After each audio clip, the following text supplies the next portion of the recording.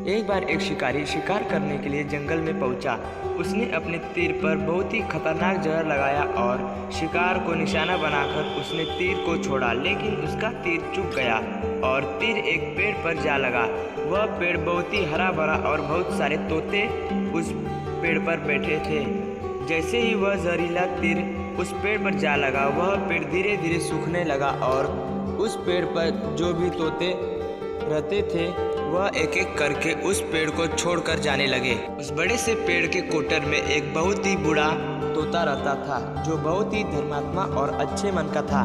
सभी तोते उस पेड़ को छोड़कर जाने लगे थे, लेकिन वह बूढ़ा तोता जाता था, दाना लेकर आता था और उसी कोटर में आकर बैठ जाता था, परंतु उस पेड़ को छोड़ने को तैयार नहीं था। बूढ़े तोते के साथियों ने कई बार आकर उसे समझाया कि यह पेड़ सूख रहा है और किसी दिन भी गिर भी जाएगा, चलो किसी और पेड़ पर चलकर रहा जाए, परंतु वह बूढ़ा तोता वहां से जाने को तैयार नहीं हो रहा था।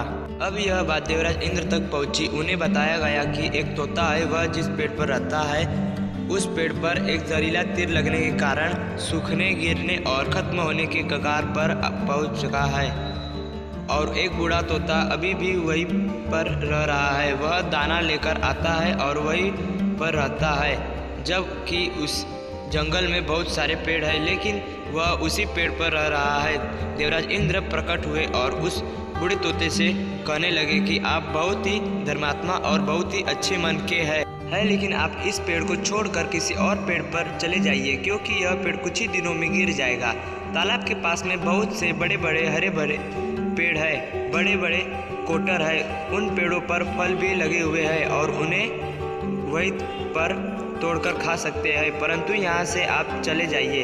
तोता बोला, माफ़ कीजिएगा, इस पेड़ ने मुझे जीवन दिया है, शिकारियों से मेरी रक्षा की है, हर मौसम में मेरे साथ रहा है, ये कोटर मेरा घर है, यहाँ मैं पला बड़ा हूँ। इस पेड़ को मैं छोड़कर कैसे जा सकता हूँ? इस पर संकट आया है तो क्या मैं इसे छोड़कर चला जाऊँ? मैं ऐसा कभी नहीं कर सकता। देवराज इंद्र तोते के इस बात से बहुत ही प्रसन्न हुए। उन्होंने तोते से कहा कि मैं आपके इस बात से बहुत ही खुश हूँ, मांगो जो आपको मांगना हो। उस बूढ़े तोते ने कहा, मुझे बस इतना मांगना है कि जिस पेड़ ने मुझे जन्म दिया, जहाँ मैं रहा पला बड़ा, जिसे आप मेरा जन्मभूमि कह सकते हो, आप इसे फिर से वैसा ही हरा भरा कर दो जैसा यह था।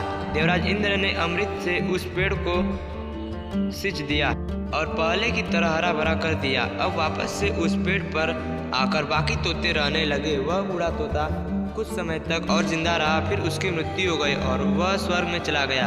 यह कहानी हमें सिखाती है कि जब किसी भी इंसान का बुरा दौर आता है तो इमोशनली वह टूटा हुआ होता है, उसे किसी के सहारे की ज़रूरत होती है, किसी की आवश्यकता की होती है। अगर आप ऐसे समय में उसे छोड़कर चले जाएंगे, उससे बात नहीं करेंगे, मुंह मोड़ लेंगे, तो आपसे बुरा कोई नहीं